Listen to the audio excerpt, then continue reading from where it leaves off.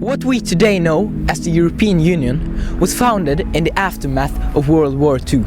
The organization's main object was to keep the peace between the European nations. Det som positivt med EU at man står sammen som et helt kontinent.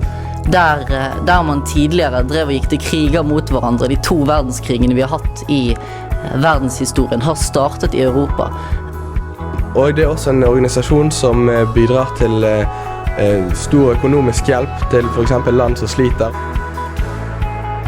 But what does the generation that grows up today think of the European Union?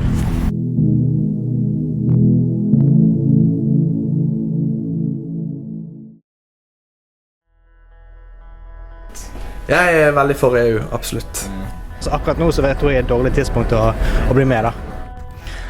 For EU. Imot. Det forholdet vi har med resten av Europa akkurat nå, det greit, og vi trenger ikke å betale ekstra for å handle med resten av Europa. Norge må ta del i det største fredsbevarende prosjektet vi har hatt noensinne. Om vi nå hadde blitt med EU-medlem, hva tror du det hadde gjort med økonomien i norske hjem? Jeg tror den ville synke, faktisk, for vi må jo dele enda mer med resten av Europa. Jeg tror norsk økonomi vil bli styrket av det, for vi får eksportere enda flere varer, særlig fisken vår, som vi ikke får eksportere tollfritt per i dag. Så tror jeg kanskje at landbruket i Norge kommer til å tape litt på det, til fordel for landbruket i andre land. Det ikke noe automatikk i at man blir med i EU og likevel for euro. Du har jo Storbritannia og Sverige og Danmark og land som har kroner og pund og sånne ting, som likevel med i EU. Nei, jeg tror ikke det hverdagen til vanlige nordmenn som det blitt forandret, egentlig. Det tror jeg ikke, rett og slett, fordi at vi i Norge, vi allerede medlem i EØS, og vi følger derfor veldig mange restriksjoner og lover som EU allerede pålegger oss, men får da ikke noe andre fordeler eller ulemper, så jeg tror det ville vært veldig liten betydning om vi ville være med. Men en del ting som matvarer og ting som folk kjøper hver eneste dag vil ha blitt mye billigere.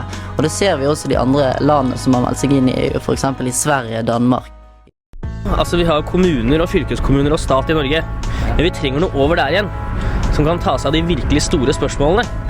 Og hvis Norge kan være med der, sånn som vi ikke nå, så kan vi jo stemme i Brussel og fremme våre interesser i disse spørsmålene. Det tror jeg veldig bra både for Norge og verden. Og Europa har bundet alle disse landene som tidligere var krigshissere. De har bundet de sammen. Det har gjort at man handler med hverandre i stedet for å gå til krig mot hverandre. Og du går ikke til krig mot din beste handelspartner.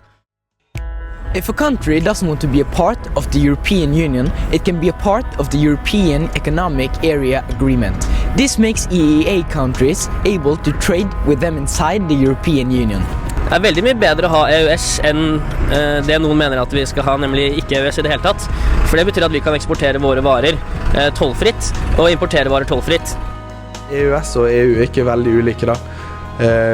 Så jeg ville heller vært med i EU enn EØS.